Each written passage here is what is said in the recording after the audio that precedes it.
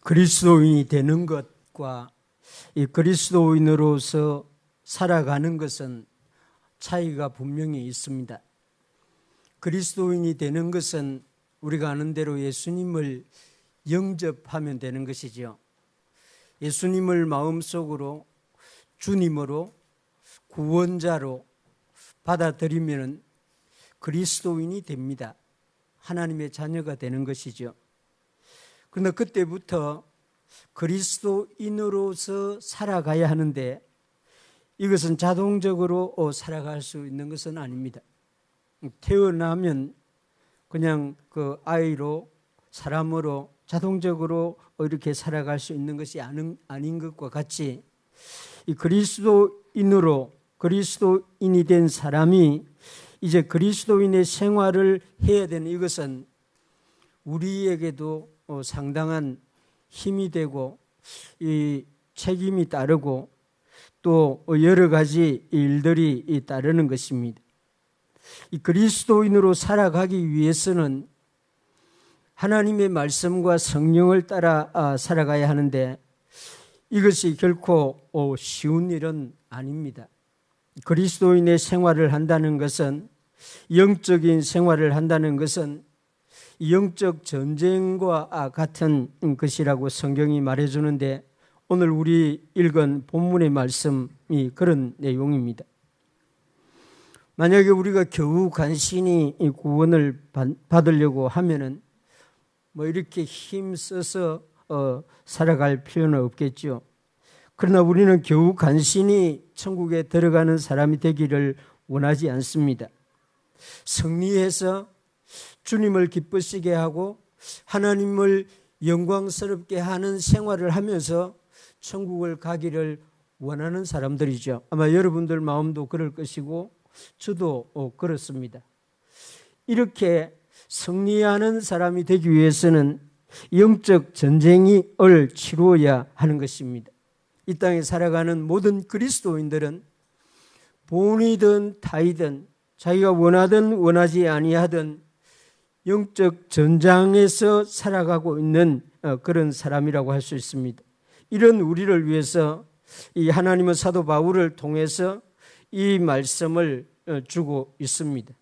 에베소서 6장 10절에서 이 20절의 말씀은 그리스도인 된 사람들이 이 세상에서 영적인 생활, 그리스도인의 생활, 영적 전쟁을 어떻게 치루어야 하는가 하는 것을 세 가지로 아주 간략하게 설명해 주고 있는 내용인 것입니다. 먼저 그리스도인이 이 땅에서 그리스도인의 생활을 하기 위해서 영적인 전쟁을 하기 위해서는 먼저 강건해야 한다고 말씀하고 있습니다. 10절에 보면 끝으로 너희가 주 안에서와 그의 힘의 능력으로 강건하여 지고 이렇게 말하고 있습니다. 분명한 것은 하나님은 약한 자를 부르십니다. 죄인을 부르십니다. 하나님은 없는 자를 들어서 사용하는 분입니다. 무익한 사람을 사용하시는 분이 우리 하나님인 것이 확실합니다. 아무것도 가진 것이 없는 사람을 쓰시는 분이 우리 하나님입니다. 그런데 하나님은 그런 사람을 부르고 왜 강하고 담대하라 강건하여지라 이렇게 말씀할까요? 하나님이 약한 자를 부르지만 그 약한 자를 강하게 해서 쓰시기를 원하시기 때문입니다. 하나님은 없는 자, 무익한 자, 아무것도 가진 것이 없는 사람을 전혀 다른 사람으로 변화시켜서 하나님의 필요에 하나님이 원하시는데 사용하기를 원하시는 분이기 때문입니다. 약한 가지에서 포도 열매가 맺을 수가 없습니다.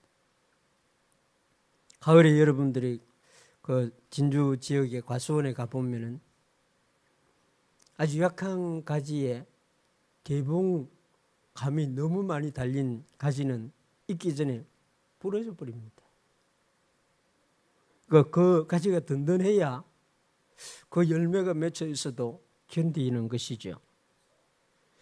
이 세상의 군대도 병든 병사를 전장에 내보내지 않습니다.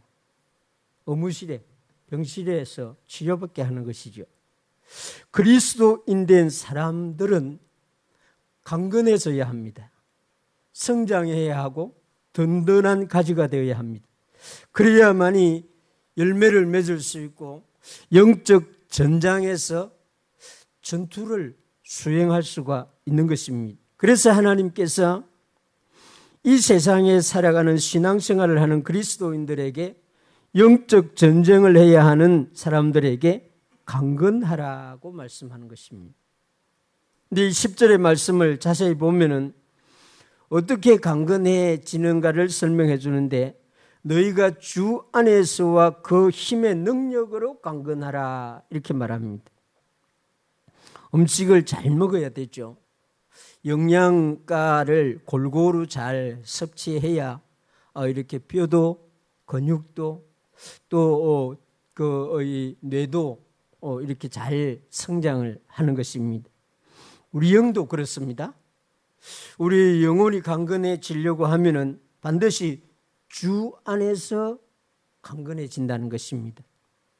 이 에베소서를 여러분들이 오늘 혹시 관심이 있으면 집에 가서 한번 읽어보시기 바랍니다. 한 20분만 하면 다 읽을 수 있습니다.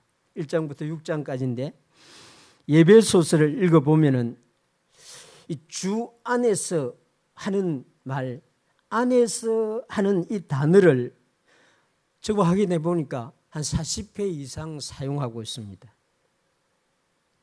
주 안에서라고 하는 이 표현을 이 짧은 서신서 안에 계속 문장마다 반복해서 사용하고 있습니다. 영적으로 강건해질 수 있는 유일한 장소가 예수님 안에서입니다. 예수님 밖에서는 결코 영적으로 강건함을 얻을 수가 없습니다. 제가 모스크바에서 선교 사역을 할 때에 우리 한인 학생들이 한 20명 정도 한인 교회에 갈 수 없는 대학생들이 거기서 상처받은 대학생들이 우리 현지인 그 선교를 하는 저희 교회에 왔습니다. 그 아이들이 다 이 모스크바에 유학 와가지고 좋은 대학에서 공부를 하는데 제가 걔들을 신방을 가면은 정말 놀랍니다. 어머니 없이 어머니가 이 먹을 것을 공급해 주는 그런 곳이 아니고 자기들끼리 살아가는데 너무 못 먹고 살아요. 뭐 그 편식, 맛있는 거, 또 뭐 이렇게 요리해서 먹는 것도 아니고 그냥 상점에 가서 공장에서 나온 거 그냥 먹고 이런 애들이 겉은 멀쩡한데 다 힘이 없어요. 비실비실해요. 오랫동안 유학 온 학생들 거의가 전부 다 그렇다는 것을 보았습니다.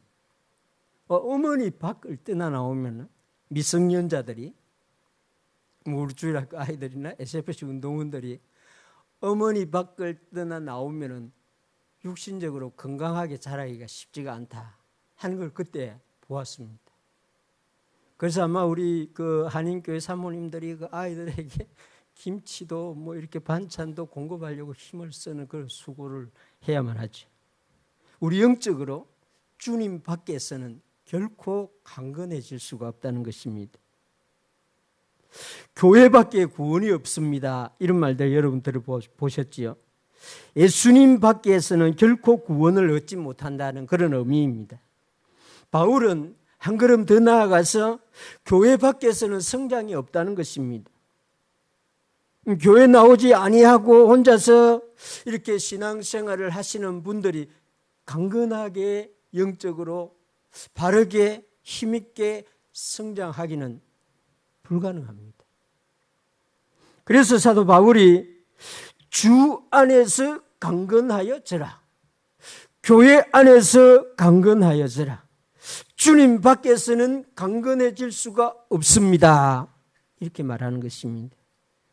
또 그의 힘의 능력으로 강건하여지라고 말씀합니다.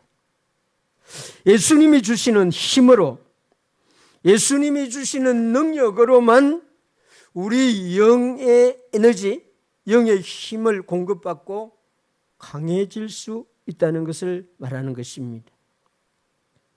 우리는 왜 우리의 자녀들을 떠나갈 때에 말씀이 제대로 선포되고 있고 성경 말씀대로 가르치는 교회에 우리 자녀들을 보내려고 관심을 가집니까? 말씀이 선포되지 아니하고 예수 그리스도가 선포되지 아니하는 교회에서는 우리 자녀들의 영적인 성장이 이루어지지 않기 때문인 것이죠. 그리스도인으로 강건하여지고 강건한 주님의 제자로 영적 전쟁을 수행할 수 있는 사람은 주님 안에서 그 힘의 능력으로 강건해져야 하는 것입니다. 말씀을 듣는 저와 여러분들, 이 말씀을 꼭 마음에 새기시고, 간단합니다. 예수님 안에서 예수님이 주신 힘으로 강건해지면 되는 것입니다. 두 번째는 신앙생활, 영적인 생활, 영적 전쟁을 치르는 그리스도인에게 하나님의 전신갑주를 입으라고 말하고 있습니다. 이 두 번째 말씀이죠. 11절 12절에 마귀의 관계를 능히 대적하기 위하여 하나님의 전신갑주를 입으라. 우리의 실험은 혈과 육을 상대하는 것이 아니요 통치자들과 권세들과 이 어두움의 세상 주관자들과 하늘에 있는 악한 영들을 상대함이라. 그리스도인의 씨름, 싸움, 전쟁은 혈과 육을 상대하는 것이 아닙니다. 육체적인 싸움이나 정신적인 싸움이나 심리적인 싸움, 그런 것이 우리가 싸우는 싸움이 아니라는 것입니다. 사람을 대적하는 것이 아닙니다. 눈에 보이는 어떤 것과 싸우는 것도 아닙니다. 그것은 육적인 전쟁이지요. 그리스도인은 영적 전쟁을 하는데 영적 전쟁의 대상은 마귀라고 말합니다. 통치자들, 권세자들, 이 어두움의 주관자들, 이 사람들은 정치가들을 말하는 게 아닙니다. 하늘에 있는 악한 영들, 이들은 다 영적 존재들을 의미하고 마귀와 사단의 세력을 말하는 것입니다. 그리스도인에게 이러한 대적 마귀를 상대하여 싸우려고 하면은 반드시 하나님의 전신갑주를 입어야 한다는 것입니다. 그래서 13절에 그러므로 하나님의 전신갑주를 취하라. 이는 악한 날에 너희가 능히 대적하고 모든 일을 행한 후에 서기 위함이라. 악한 날은 어떤 날일까요? 마귀가 그리스도인을 시험하는 날입니다. 사탄이 교회를 공격하는 날입니다.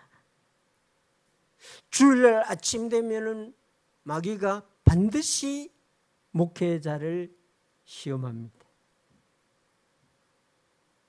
제가 사역을 하면서 주일 아침에 마귀 사탄이 목사를 공격하지 않는 날이 없다는 것을 여러분들 앞에 고백할 수 있습니다.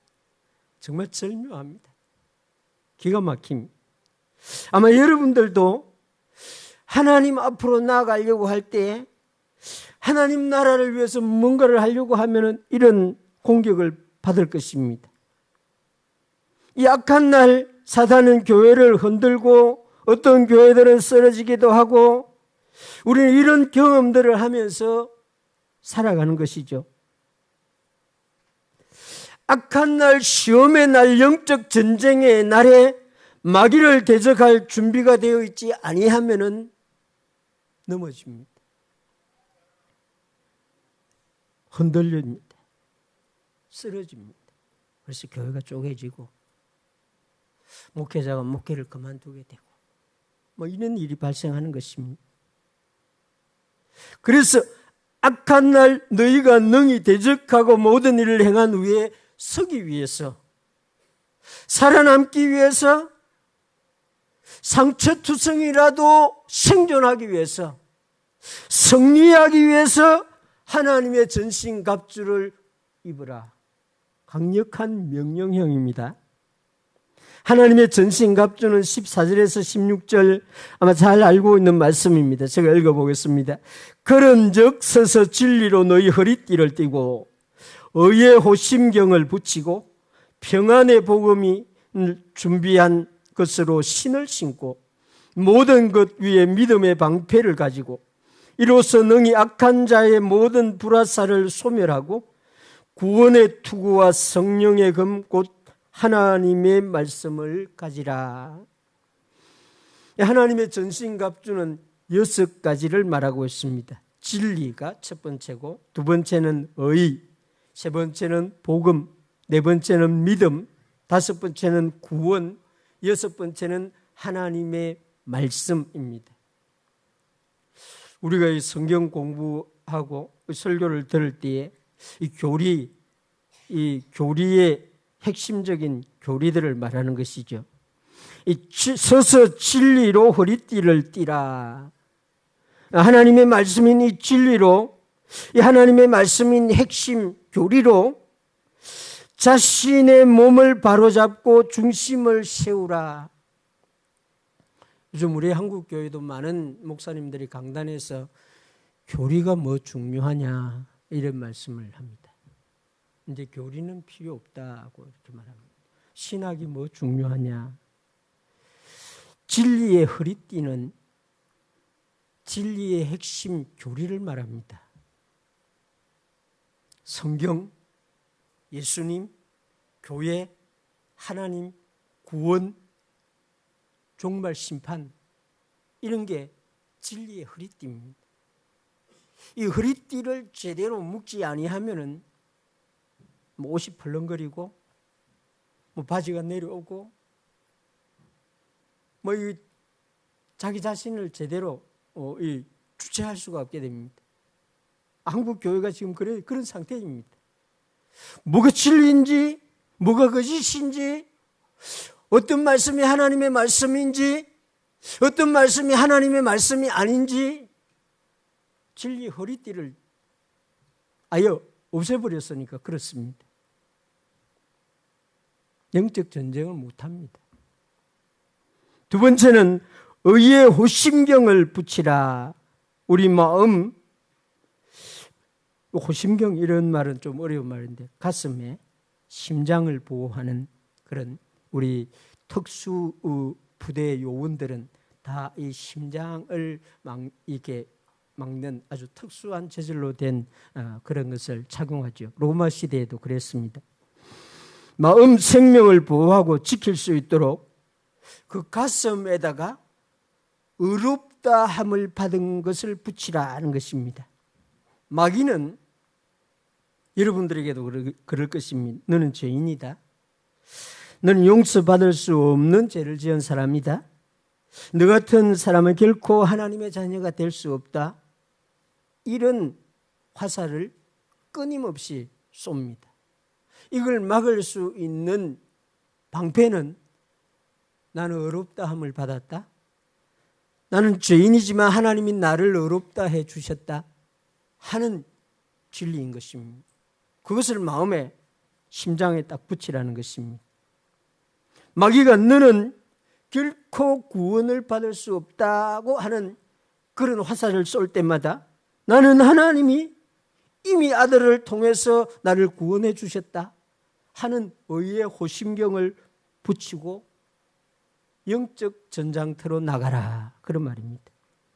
세 번째는 복음의 신을 신으라.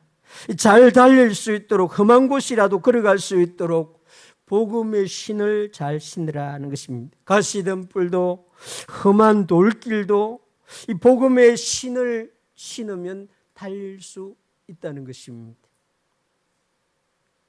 네 번째는 이 믿음의 방패를 가지라. 마귀가 던지는 활이나 창을 막을 수 있는 방패를 가지라는 것입니다. 믿음의 방패를 잘 사용하면 자기 자신도 막을 수가 있고 옆에 있는 동료도 막을 수가 있습니다. 그 로마 전쟁사를 읽어보면은 이 로마 군단들은 딱딱 이렇게 이 군단으로 이렇게 질서정렬하게 가는데 상대에서 아주 수많은 화살을 쏘면은 그 방패를 딱 다 들면은 그 자기 소대가, 자기 대대가 전체 그 방패가 방패막이 되어서 안전하게 그 뒤에 있게 되는 그런 것입니다. 우리 믿음의 방패는 나를 지켜줄 뿐만 아니라 내 가족도 우리 교회도 뭐 방패가 부실한 사람도 지켜줄 수 있는 그런 역할을 한다는 것입니다. 이 믿음의 방패가 좋은 교회가 시험에서 상처를 받지 않습니다. 믿음의 방패가 부실하면은 뭐 어깨에 활을 맞든지 다리에 활을 맞든지 이래서 상처를 받게 되는 것이죠. 다섯 번째는 이 구원의 투구를 쓰라. 하나님께서 예수 그리스도를 통하여 우리에게 주신 구원, 이것은 우리 머리를 보호하도록 주신 장비라는 것입니다. 나는 구원받은 사람입니다.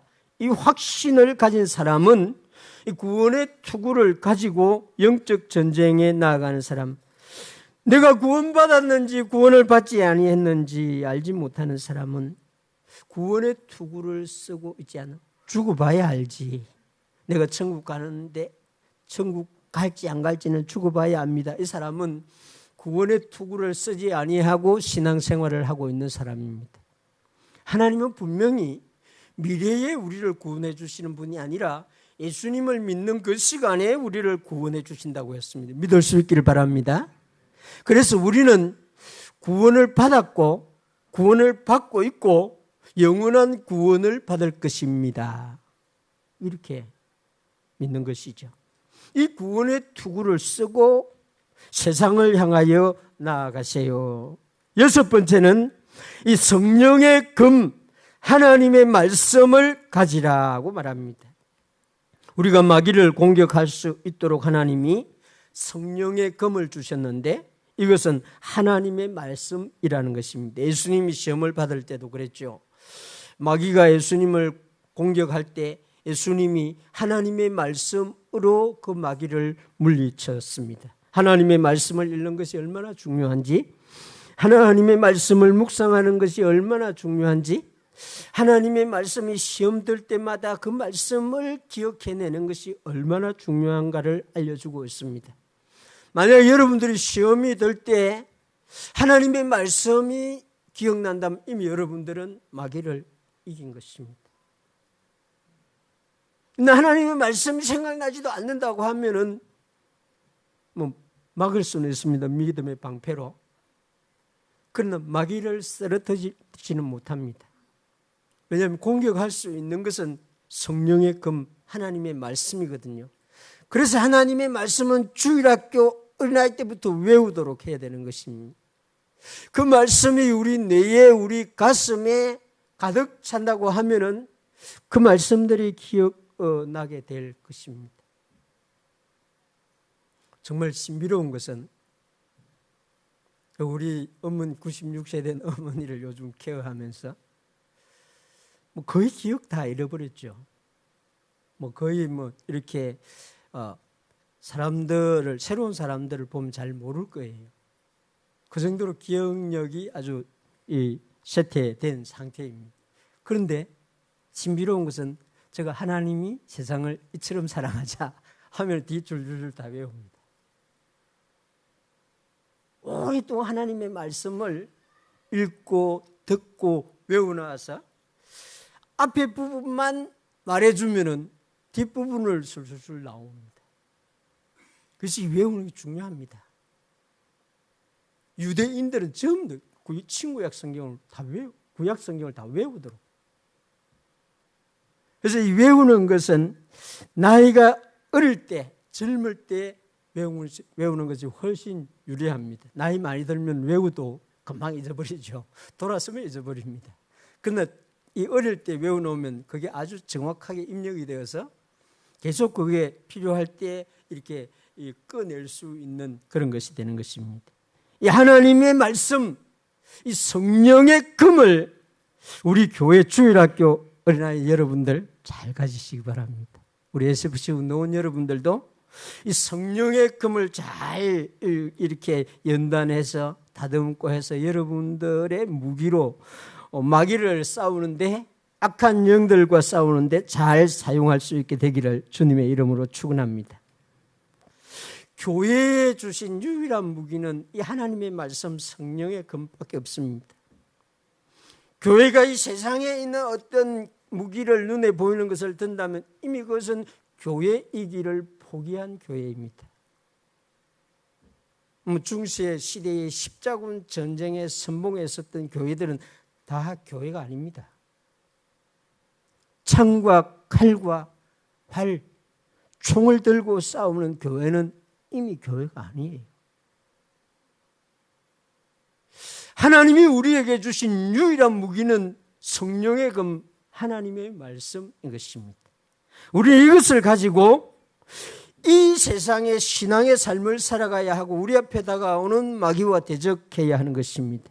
우리 교회는 이 성령의 금을 잘 가질 수 있는 하나님의 말씀을 늘 갈고 닦고 날카롭게 하고 든든하게 하는 교회가 되기를 주님의 이름으로 축원합니다. 세 번째는 이 신앙생활, 영적인 생활, 영적 전쟁에 반드시 있어야 하는 것이 기도입니다. 주 안에서와 그의 힘의 능력으로 강건해야지는 것이 첫 번째고, 하나님의 전신갑주를 입어야 하는 것이 두 번째고, 이 세 번째 영적 전쟁을 하기 위해서 반드시 필요한 것이 기도입니다 하는 것이 사도 바울이 지금 설명하고 있는 논리적인 세 번째 내용인 것입니다. 18절에서 20절 말씀, 모든 기도와 간구를 하되 항상 성령 안에서 기도하고 이를 위하여 깨어 구하기를 항상 힘쓰며 여러 성도를 위하여 구하라. 또 나를 위하여 구할 것은 내게 말씀을 주사 나로 입을 열어 복음의 비밀을 담대히 알리게 하옵소서 할 것이니, 이 일을 위하여 내가 쇠사슬에 매인 사신이 된 것은 나로 이 일에 당연히 할 말을 담대히 하게 하려 하심이라. 영적 전쟁은 어떻게 해야 되지요? 그 방법은 무엇입니까? 하는 질문에 답인 것입니다. 기도로 하라. 그런 것입니다. 강건해져도 하나님의 전신갑주를 입어도 기도로 전쟁을 해야 된다, 그 말입니다. 기도하지 아니하면 아군을 찌를 수가 있습니다. 적인지 아군인지 영적인 세계에 우리가 잘 분별을 못하니까 그런 일이 발생하는 것입니다. 이 사울 왕과 다윗 왕의 차이는 대단히 많이 있습니다. 우리 사무엘 상하, 열왕기 상하, 역대 상하 이런 거 읽어보면은 이 사울 왕, 다윗 왕을 비교해서 읽어보면 차이가 대단히 많이 있는데, 저는 이 시간에 중요한 차이 하나를 여러분들에게 말해주고 싶습니다. 그것은 두 왕 다 싸움에 참여한 싸움의 지휘관들이었습니다. 사울 왕도 다윗 왕도, 사울도 40년간 싸움을 했습니다. 다윗도 40년 동안 전쟁을 한 사람입니다. 그런데 사울 왕은 그 전쟁터로 나갈 때에, 전쟁을 할 때에 하나님께 묻지 않았다는 것입니다. 기도하지 않았다는 것입니다.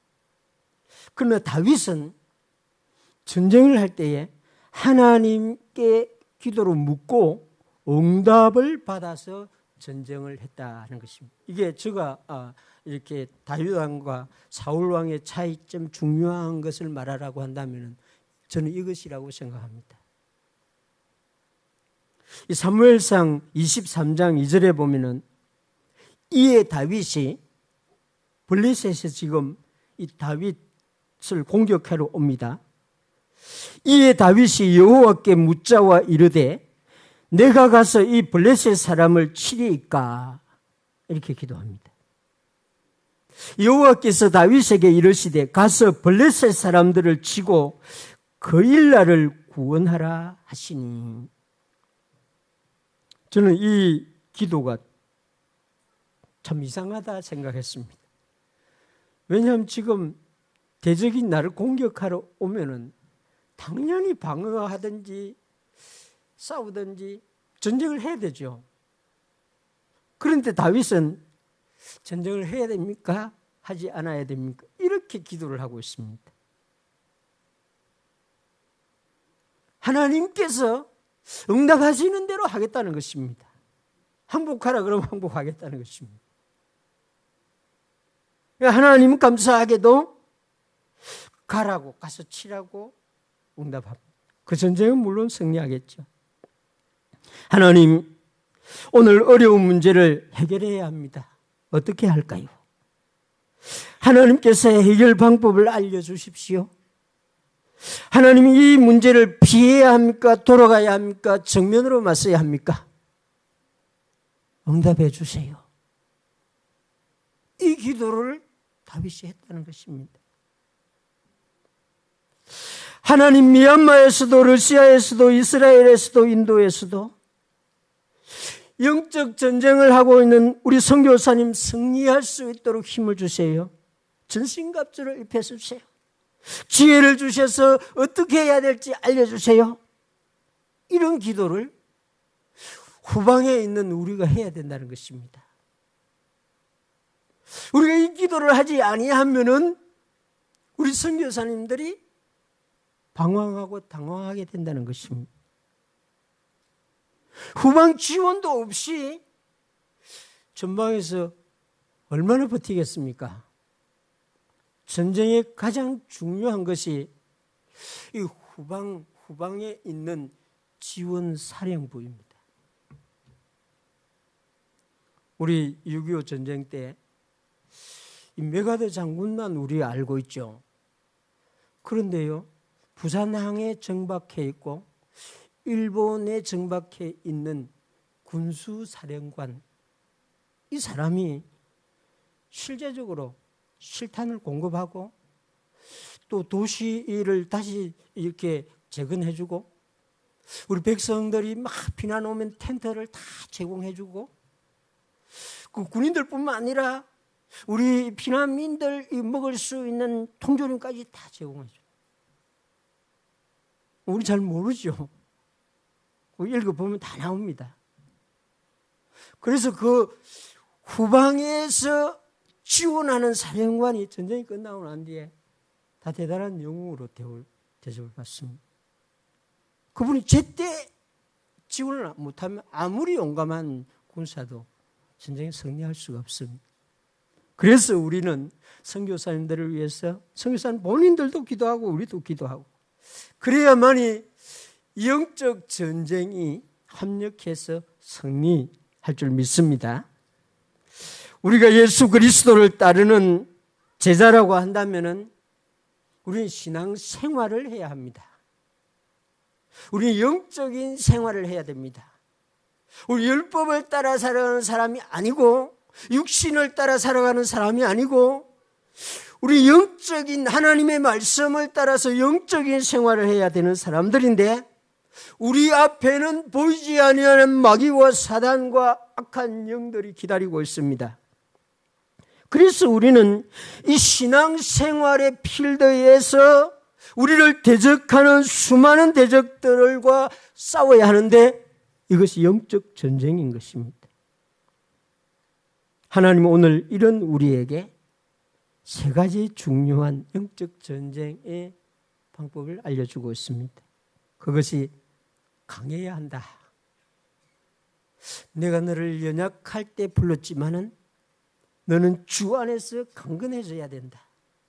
내가 너를 아무것도 없는 사람으로 불렀지만 너는 주님이 주시는 능력으로 강건해져야 한다고 말씀하고 있습니다.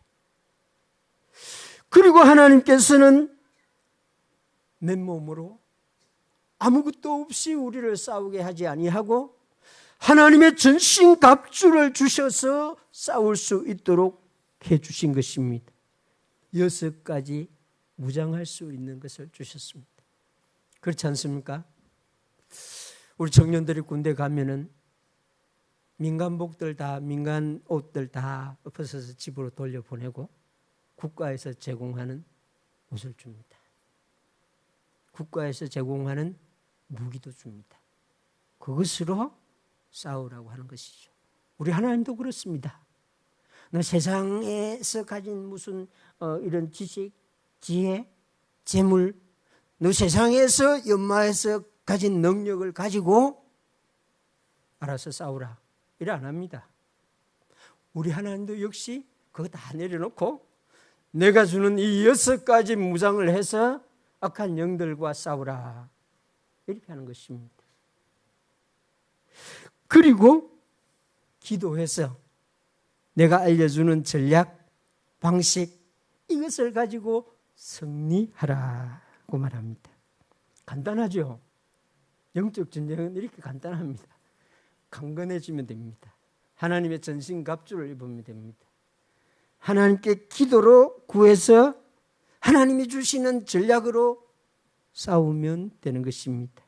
그래서 우리는 승리하고 하나님께 영광을 돌리고 우리도 하나님께서 주시는 영웅들에게 주는 면류관을 받게 되는 것입니다.